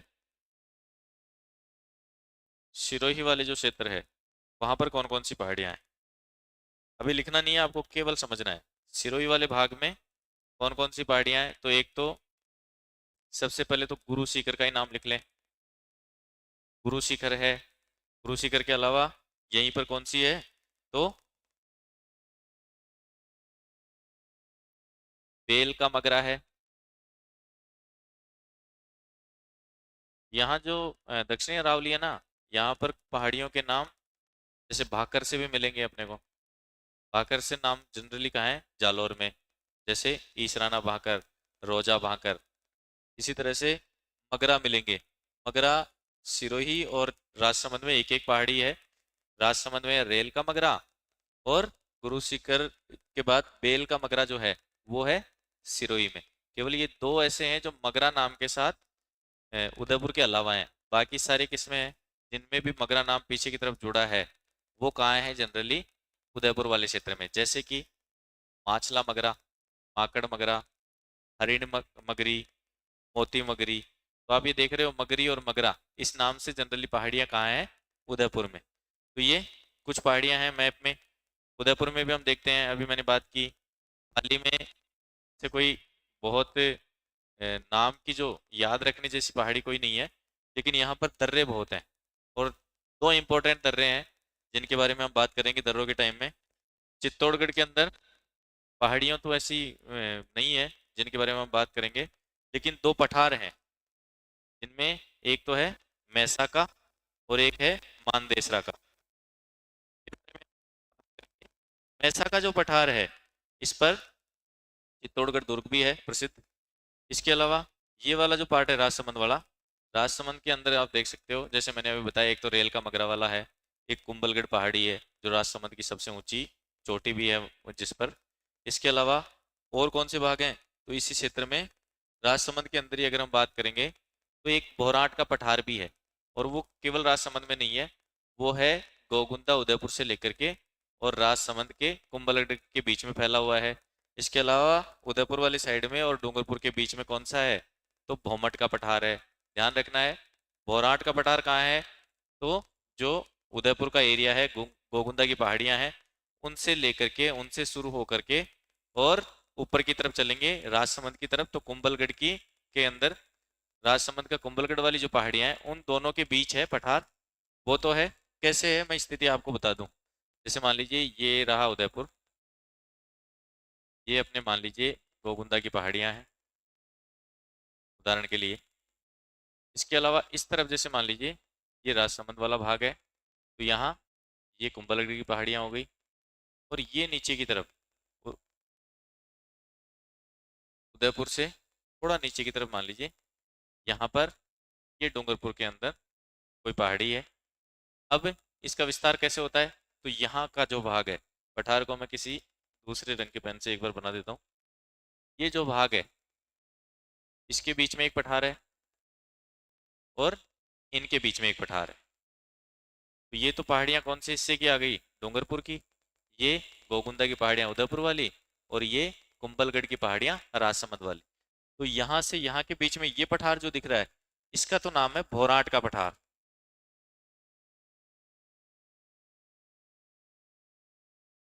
और यहाँ डूंगरपुर से लेकर के और गोगुंदा की पहाड़ियों के बीच ये वाला जो पठार है, इसको कहते हैं भोमट का पठार।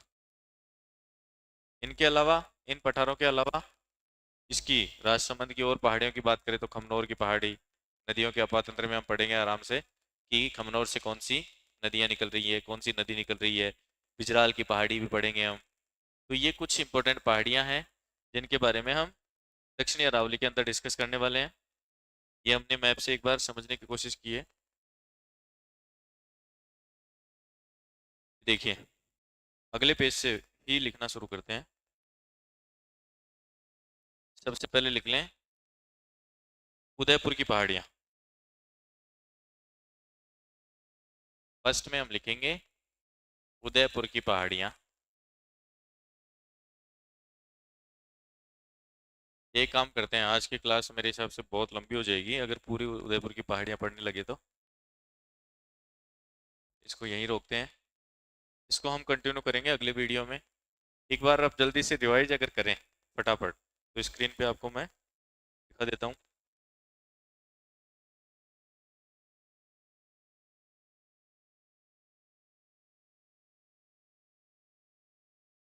देखिए ये हमने सबसे पहले अरावली प्रदेश के बारे में जाना कि अरावली प्रदेश का विस्तार कहाँ से कहाँ तक है। तो इसका अक्षांशीय विस्तार देखा 23 डिग्री 20 मिनट से 28 डिग्री 20 मिनट तक। और देशांतरीय विस्तार देखा, और वो कहाँ से शुरू करके 69 डिग्री 30 मिनट नहीं है, उससे थोड़ा छोड़ करके, तो लगभग 72 डिग्री 10 मिनट से लेकर के 77 डिग्री 3 मिनट पूर्वी देशांतर तक इसका विस्तार है। लंबाई हमने देख ली, राजस्थान के अंदर 550 किलोमीटर। संपूर्ण भारत में अरावली की जो लंबाई है वो है 692 किलोमीटर। उसका 79.5% या लगभग 80% यहाँ पर राजस्थान में है। अरावली के अंदर 9% उसका क्षेत्रफल है। संपूर्ण राजस्थान का जो क्षेत्रफल है वो अरावली जो भाग घेरती है राजस्थान के संपूर्ण क्षेत्रफल का, वो है 9%। जनसंख्या यहाँ निवास करती है 10%। उसके बाद हमने देखा कुल लंबाई पालनपुर गुजरात से लेकर के रायसीना हिल्स तक देख ली। राजस्थान में अरावली की लंबाई 550 और 79.5%। निर्माण कब हुआ, तो प्री कैम्ब्रियन कल्प में हुआ। टर्नियन भू हलचल हुई थी उस समय हुआ। लगभग उस टाइम को हो गए 70-60 करोड़ वर्ष पूर्व। हलचल का नाम हमने देख ही लिया। और इसकी उत्पत्ति हुई। अब ये किस प्रकार की पर्वत श्रेणी है? तो पुरानी है, वलित है और अवशिष्ट है। पुरानी का मतलब बहुत पुरानी है, 60 करोड़ वर्ष बहुत पहले का टाइम होता है। वलित का मतलब जो मुड़ करके, मैंने कहा था प्लेटों के टकराने से गलन से बनती है। और अवशिष्ट का मतलब धीरे धीरे। यहाँ ये चीज भी लिख सकते हो आप, औसत ऊंचाई लगभग कितनी रह गई है? तो 930 मीटर। जबकि पहले ऐसा माना जाता था, वो भी फैक्ट आप चाहें तो लिख सकते हैं, कि पहले 3000 मीटर से लेकर के 2700 मीटर तक इसकी ऊंचाई मानी जाती थी। इसके अलावा ये अक्षांशीय देशांतरीय विस्तार नीचे लिखा हुआ है, 23 degree 20 minute, 28 degree 20 minute, 72 degree 10 minute और 77 डिग्री 3 मिनट।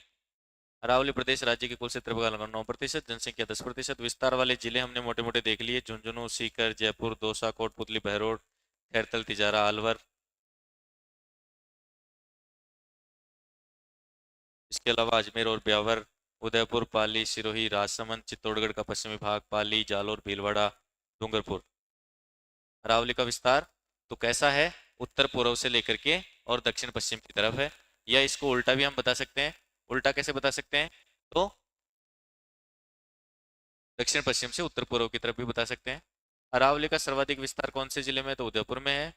सबसे अधिक ऊंचाई सिरोही जिले में है। राजस्थान में इसका विस्तार है खेड़ब्रह्म से लेकर के आबू सिरोही तक। ये हमने मोटा मोटा इसका डिवाइडेशन पढ़ा, 3 भागों में इसको बांट दिया। कहाँ से कहाँ तक? तो दोसी की पहाड़ी इस तरफ है झुंझुनू की में, उससे लेकर के जयपुर तक इसका उत्तरी अरावली वाला भाग है। इस जयपुर से लेकर के राजसमंद तक मध्य अरावली वाला भाग है। और राजसमंद से नीचे की तरफ सिरोही की तरफ जाते हैं आबू में, तो वहां तक इसका दक्षिणी अरावली वाला भाग है। सबसे ऊंची जो चोटी है यहाँ की रघुनाथगढ़ है उत्तरी अरावली की, जिसकी 1055 हाइट है। दूसरे नंबर पर 1055 मीटर है, ध्यान रखना है दूसरे नंबर पर। अच्छा एक चीज और है, जैसे कई बार क्या करता है एग्जाम में, कंसेप्ट बदल रहा है एग्जाम, प्रश्न जो आ रहे हैं उनका थोड़ा सा तरीका बदल रहा है। तो कई बार क्या करता है, मीटर में नहीं दे करके फुट में पूछ लेता है। तो आपको इस चीज ध्यान रखनी है, 1 मीटर बराबर कितना होता है? तो लगभग आप 3.28 फुट कर सकते हो। यानी कि अगर कोई कैलकुलेशन मीटर में दी हुई है तो उसको 3.28 से मल्टीप्लाई करके आप फुट निकाल सकते हो। और यहाँ पे लिख भी लेंगे फुट, 1 मीटर बराबर 3.28 फुट। इसके अलावा आगे देख ली, उत्तरी अरावली का देख लिया, रघुनाथगढ़ सबसे ऊंची चोटी, मध्य अरावली में जयपुर से राजसमंद तक विस्तार, और टाटगढ़ जो कि ब्यावर जिले में है सबसे ऊंची चोटी। थर्ड हमने देखा दक्षिणी अरावली, जिसका विस्तार है सिरोही से लेकर के राजसमंद तक, और गुरु शिखर यहाँ की सबसे ऊंची चोटी थी। ये हमने बाद में इसके अंदर जो भी वर्णन वाली चीजें हैं वो लिख ली। ये पठारों को लेकर के बात करी, मध्य अरावली के पठार, सुराघाट। अच्छा ये जो दर्रे हैं उनके बारे में बात करिए, ब्यावर में कौन कौन से दर्रे हैं? सुराघाट, परवार या दर्रा, शिवपुरा घाट पर दर्रा, पीपली दर्रा। चट्टाने कौन सी हैं? तो उत्तरी अरावली में क्वार्टजाइट और बेसिकली क्वार्टजाइट ही है। और उसके अलावा इसमें मध्य अरावली वाले भाग में कौन सी है? तो संगमरमर की और माइका सिस्ट की। वहाँ उत्तरी अरावली में फायोलाइट भी आप कह सकते हो क्वार्टजाइट के साथ। देखिए ये जो चट्टाने हैं यहाँ अरावली में कौन कौन सी हैं? तो आर्कियन क्रम की और धारवाड़ क्रम की हैं। दिल्ली महासमूह है, और उसके 3 समूह यहाँ पर है, अजबगढ़ वाला, अलवर वाला और रायलो। ये हो सकता है आपको थोड़ा यहाँ समझ नहीं आ रहा हो, इसका एक पूरा चैप्टर होता है, पूरा लेसन होता है, कौन सी चट्टाने हैं, इनका आर्कियन क्रम की चट्टान क्यों कहा गया है, इनको धारवाड़ क्रम की चट्टाने नाम कैसे पड़ गया, अलवर, अजबगढ़ और रायलो समूह क्या है। तो ये इतना अपने को यहाँ जानने की आवश्यकता नहीं है। हो सकता है विश्व जो भूगोल है उसके किसी टॉपिक में आपको ये चीजें जानने को मिले। यहाँ केवल हमसे इतना फैक्ट पूछा जा सकता है कि कौन से क्रम की चट्टानें अरावली में हैं और कौन से समूह की चट्टानें यहाँ पर हैं। इसके अलावा दक्षिणी अरावली को 2 भागों में बांट दिया, आबू अरावली और मेवाड़ अरावली। सबसे ज्यादा अगर अरावली का विस्तार है, सर्वाधिक जो ऊंचाई है वो तो है आबू अरावली में, और सर्वाधिक विस्तार जो है वो मेवाड़ अरावली में है। ये हमने कुछ पठार हैं इंपॉर्टेंट दक्षिणी अरावली के, उनको जानने की कोशिश की थी। अब चूंकि दक्षिणी अरावली को आज की क्लास में नहीं पढ़ रहे हैं, उसको अगली क्लास में ही करेंगे। तो ध्यान ये रखना है, यहाँ तक हम मध्य अरावली वाला जो भाग है, अरावली के मध्य अरावली वाला भाग है, उसकी पहाड़ियाँ, पठार, इंपॉर्टेंट जो दर्रे हैं उनके बारे में बात कर चुके हैं, सबसे ऊंची चोटी के बारे में बात कर चुके हैं, विस्तार की बात कर चुके हैं। अगली क्लास में हम कंटिन्यू करेंगे दक्षिणी अरावली के साथ।